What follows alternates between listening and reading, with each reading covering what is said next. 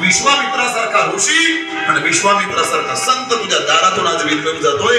लक्षात ठेवा. दोन बुवांचं कधीच काय होत नाही. त्या काळापासून विश्वामित्रांचं आणि त्या वशिष्ठ मुनींचं कधीच पटलं नाही. विश्वामित्र राजा दशरथाला वशिष्ठ मुनी राजा दशरथाला विचारला, काय चाललंय, काय मागतोय, काय रागावले विश्वामित्र. म्हणले, ऋषीवर वशिष्ठ मुनी माझा राम मागायला आले. राम मागायला लक्ष्मण सुद्धा देऊन टाक, पण त्याला तसं विकून गेले. डेंजर म्हणले पटकन देऊन टाक. राम काय लक्ष्मण सुद्धा देऊन टाक, पण त्याला विनमुख जाऊ देऊ नको. जर तो विनमुख गेला, जर विश्वामित्र विनमुख गेले तर तुझं काही खरं नाही म्हटलं. लक्ष्मण सकट दोघांना देऊन टाक. जर दिलं नाही तर पुन्हा त्याला संशय येईल. एक तर त्याचं नाव वाकडं आहे, पुन्हा त्याला संशय येईल. याच बाबाने याचे कान भरले आणि म्हणून काय झालं तर देत नाही म्हणून रामाला देत नाही. माझ्यावर संशय घेणं म्हटलं, देऊन टाक तू रामाला, देऊन टाक. 2 मिनिटं बाजूला निघतो आपल्याला. ऐका, विश्वामित्र बाहेरून रागावलेले, पण आतून मात्र विश्वामित्र रडतायत. का रडतायत त्याचं कारण आहे. बाहेरून रागावलेले दिसतात विश्वामित्र, आतून मात्र रडतायत. आणि आतून राजाला सांगतात, राजा हात जोडून माझी विनंती आहे, दे तू रामाला. का रामाला दे? कारण याच्या अगोदर तुझ्या वंशात मी तुझ्या वंशात जन्माला आलेल्या राजांना प्रचंड त्रास दिला. तोडातोडीचं काम केलं राजा मी, तोडातोडीचं काम केलं. आता मला जोडाजोडीचं काम करायचंय. आता विश्वामित्र जे आले आणि विश्वामित्र प्रभू रामारायाचं तिकडे काय करणार होते, तर लग्नाची जोडाजोडी करणार होते. तुझ्या 4ही मुलांच्या लग्न जमवण्याकरता खरं तर मी आलोय. लग्नात सांगत होते राजा दशरथाला, राजा दे तुझा राम मला दे. आणि मागे तुझ्या वंशामध्ये हरिश्चंद्र नावाचा राजा होऊन गेला आणि या हरिश्चंद्र राजाच्या स्वप्नात मी गेलो आणि स्वप्नात राज्य मागितलं आणि राजाने स्वप्नात मला राज्य काय करून टाकलं, दान करून टाकलं. दानाच्या दाराला गेलो, भिक्षां देहि. बोला ऋषीवर काय पाहिजे तुम्हाला? तर तेव्हा मी म्हणालो, राजा मला 3.5 तोळं सोनं दान पाहिजे. लगेच राजाने आपल्या सेवकाला आज्ञा दिली, तिजोरी खोला आणि काय साधूना 3.5 तोळं सोनं दान पाहिजे ते दान देऊन टाकला. तेवढ्यात विश्वामित्र म्हणाले, विश्वामित्राने हटकलं राजाला, राजा अरे कोणाची तिजोरी फोडतोयस, कोणाची तिजोरी उघडतोयस तू? म्हणले, माझी तिजोरी. अरे कसली तुझी तिजोरी? रात्रीचं स्वप्न विसरलास का तू? रात्री स्वप्नामध्ये मी आलो होतो आणि रात्रीच्या स्वप्नात तुम्हाला सगळं राज्य दान देऊन टाकलं होतंस. मग राज्य जर दान देऊन टाकलंयस तर त्या राज्यातल्या सगळ्या तिजोऱ्यावर सुद्धा कोणाचा अधिकार? माझा अधिकार आहे. या तिजोऱ्या आता माझ्या आहेत आणि कसं तुम्हाला 3.5 तोळं सोनं दान देशील? राजा हरिश्चंद्राला रात्रीचं स्वप्न आठवलं आणि खरंय काय आदर्शशील राजे होऊन गेले प्रभू रामारायाच्या वंशात. याच्यापेक्षा दुसरं अंतर आपल्याला सापडणार नाही. स्वप्नात जे घडलंय ते स्वप्नात घडलेली घटना राजाने प्रत्यक्ष हरिश्चंद्र राजाने जीवनामध्ये खरी करून दाखवली. स्वप्नात राज्य दान दिलं तर ठीक आहे, काही हरकत नाही. घ्या हे राज्य. सगळ्या जनतेला सांगितलं, आजपासून तुमचा राजा विश्वामित्र आहे. आजपासून तुमचा राजा, ते जसे सांगतील आजपासून तुमचा मालक विश्वामित्र आहे. पण ऋषीवर तुम्ही माझ्याकडे 3.5 तोळं सोनं दान मागित नाही, काही हरकत नाही, मी 3.5 तोळं देतो. पण लक्षात ठेवा, राज्यमान मी दान दिलं असेल पण मी स्वतः शिल्लक आहे. माझ्या बायकोवर माझा अधिकार आहे, माझ्या मुलावर माझा अधिकार आहे, माझ्या मुलावर माझा अधिकार आहे. राजा हरिश्चंद्राच्या बायकोचं नाव ताराराणी आणि मुलाचं नाव रोहिदास. 5 वर्षाचा आहे रोहिदास, 5 वर्षाचा. बस आपल्या बायकोला ताराराणीला बरोबर घेतलं. म्हणले, आम्ही स्वतःला विकू, बाजारात जाऊन आम्ही स्वतःला विकून टाकू, पण तुम्ही जे 3.5 तोळं सोनं दान मागितलंय ते सोनं मात्र आम्ही काय करून टाकू, तुम्हाला दान देऊ टाकू. परीक्षा घेत आहेत विश्वामित्र राजा हरिश्चंद्राची. सगळं तिथं सोडलं, फक्त अंगावर जेवढे कपडे, त्या अंगावरच्या कपड्यासकट राजा हरिश्चंद्र, त्याची पत्नी ताराराणी आणि 5 वर्षाचा मुलगा रोहिदास निघाले आणि काशीच्या बाजारात येऊन उभे राहिले. आम्हाला कोणी विकत घेता का, आम्हाला कोणी विकत घेता का, आम्हाला कोणी विकत घेता का? सगळी लोक म्हणायला लागली, राजावर बसलेला काल जो राजदरबारात राजगद्दीवर बसलेला राजा, पण आज मात्र कुठे या बाजारात उभा आहे. कथा मला काय काय शिकवत असते तर कथा आम्हाला हे शिकवत असते की ठेविले अनंते तैसेची राहावे चित्ती असू द्यावे जो राजा राजगादीवर लोळत होता, जो राजा सगळ्यांना आदेश सोडत होता, आज तोच राजा स्वतःला विकण्यासाठी काशीच्या बाजारात काय ताराराणीला गिराईक कोण कसलं गिराईक एक वेश्या तिला विकत घ्यायला काय मोल असेल ते मोल गेलं ताराराणीचं. त्या वेश्येने ठरवलं इतकी सुंदर ही राजा हरिश्चंद्राची राजाची पत्नी इतकी सुंदर हिचं रूप आहे, हिला जर मी माझ्याकडे नेलं तर प्रचंड पैसा कमवून देईल म्हणून एका वेश्येनं ताराराणीला विकत घेतलं. आणि त्या वेश्येला विकत घेतल्यानंतर सज्जनो एका ब्राह्मणानं बघितलं रे ही तर राजा हरिश्चंद्राची पत्नी ताराराणी, हिला माहित नाही ही वेश्या आहे, एका वेश्येने हिला विकत घेतलाय. जर ही घरी गेली तर घरी गेल्यानंतर तिच्या घरी गेली तर नको ते काम हिला करावं लागेल, नको ते काम हिला करावं लागेल. आणि कौशिक नावाचा ब्राह्मण पुढे आला आणि तिला सांगितलं ताराराणी अगं काय करतेस, तुला माहितीये का कोणी तुला विकत घेतलंय? अगं ही वेश्या आहे, एका वेश्येने तुला विकत घेतलंय. जर तू हिच्या घरी गेलीस तर प्रचंड मोठं पाप तुझ्याकडनं घडेल. राणी अगं तुझ्या घरचं खूप अन्न मी खाल्लंय, खूप अन्न खाल्लंय. एक काम कर, मी विकत घेतो तुला, फक्त एक काम करावं लागेल. काय तर माझ्याकडे अनेक वेगवेगळे ब्राह्मण जेवायला येतात, त्यांचा स्वयंपाक फक्त तुला करावा लागेल. तयार आहे? म्हणून त्या वेश्येनं जे काही पैसे राजा हरिश्चंद्राला दिलेले होते, जे काही मोल असेल तेवढंच मोल त्या कौशिक ब्राह्मणानं त्या वेश्येला देऊन टाकलं आणि ताराराणीला स्वतः विकत घेतलं. आता राहिला कोण? राजा हरिश्चंद्र आणि 5 वर्षाचा रोहिदास. चल म्हणले ताराराणी माझ्या बरोबर. त्या कौशिक ब्राह्मणाच्या त्या बरोबर ताराराणी निघाली आणि ताराराणी निघाल्यानंतर त्या 5 वर्षाच्या रोहिदासानं तिचा पदर धरला. पदर धरल्यानंतर हरिश्चंद्र राजा त्याला ओढू लागला, रोहिदास सोड पदर, तुझी माहित नाही तुझी आई विकली गेली. खरं 5 वर्षाचं बाळ आहे, हा काय व्यवहार चालू आहे, कसला व्यवहार चालू आहे, माझी आई कुठं चाललेली आहे, कशासाठी चाललेली आहे, परत ती मला भेटणार आहे का नाही भेटणार याचं देखील रोहिदासाला ज्ञान नाही, आणि म्हणून रोहिदासाला पदर धरलेला आहे. हरिश्चंद्र राजा रोहिदासाला सांगतो, रोहिदास पदर सोड, आता तुझ्या आईची ही शेवटची भेट आहे. ब्राह्मणाला कौशिक ब्राह्मणाला सांगते, ब्राह्मण देवता 1-2 मिनिटाचा मला फक्त वेळ द्या, माझ्या मुलाची माझी आता परत भेट होणार नाही, माझ्या मुलाची माझी ताकद 2 मिनिटं माझ्या मुलाची फक्त मला बोलू द्या, 2 मिनिटं फक्त माझ्या मुलाला मला भेटू द्या. आणि म्हणून ते ताराराणी येते, रोहिदासाला आपल्या मुलाशी कवटाळते, प्रचंड आक्रोश करते.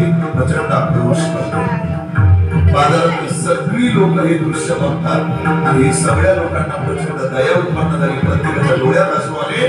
5 वर्षाचं बाळ आपल्या आईपासून ते विभक्त होते, ताटातूट होते माय लेकराची, आणि हे ताटातूट होताना प्रत्येकाच्या डोळ्यामध्ये अश्रू आले. आणि सगळी बाजारातले लोक त्या कौशिक ब्राह्मणाला सांगायला लागले, त्याच्या आईला तुम्ही विकत घेतले, त्या पोराला पण घेतला तुम्ही विकत, पोरालाही विकत घेणं का ठेवता? त्या पोराला काहीतरी काम करेल म्हणले तुमच्या घरी. कौशिक ब्राह्मण ताराराणीला ठीक आहे, मी रोहिदासाला विकत घ्यायला तयार आहे, तर त्याला देवपूजेसाठी रोज दुर्वा फुलं वगैरे मला देवपूजेला आणून द्यावी लागतील. म्हणजे करेल म्हणले काम, करेल तो. आणि म्हणून 5 वर्षाचा रोहिदास आणि ताराराणी दोघांनी त्या कौशिक ब्राह्मणाला विकत घेतला, तो निघून गेला. आता उरला राजा हरिश्चंद्र. राजा हरिश्चंद्र बोलल्यानंतर त्या राजा हरिश्चंद्राला एक डोंब आला आणि त्या डोंबानं विकत घेतलं, घरी घेऊन गेला. 2 पत्न्या त्याला. आता ते राजा हरिश्चंद्र एकदम खुश झालेला, काय काम करणार आहे म्हटल्या, काय याला काम जमणार आहे, एका प्रकारामध्ये पाणी भरायला ठेवा म्हणले. आणि म्हणून डोंबा घरी पाणी व्हायला लागलं.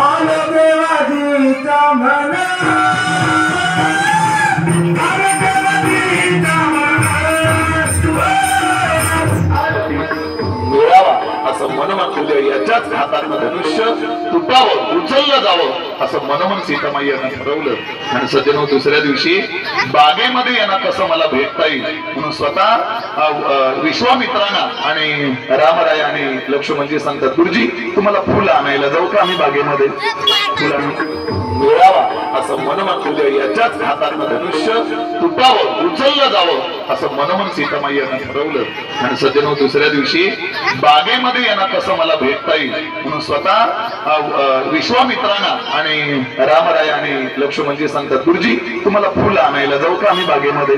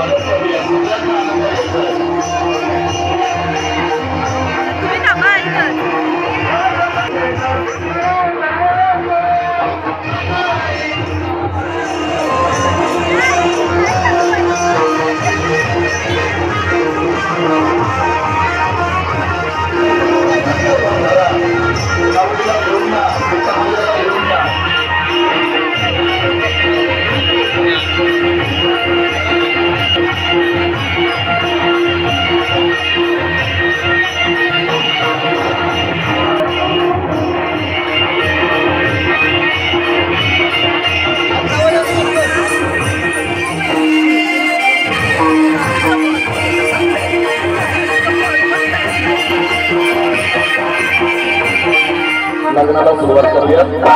अंतरपट धरा वर धरा अंतरपट सगळ्यांनी अक्षता मिळालेल्या असतील. पाहुणे मंडळी लग्नाला सुरुवात करायची का मंडळी महेंद्र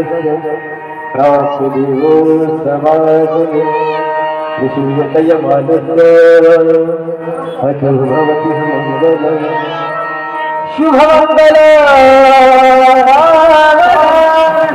शुभमंगल सावधान सावधान शुभमंगल सावधान सावधान शुभमंगल सावधान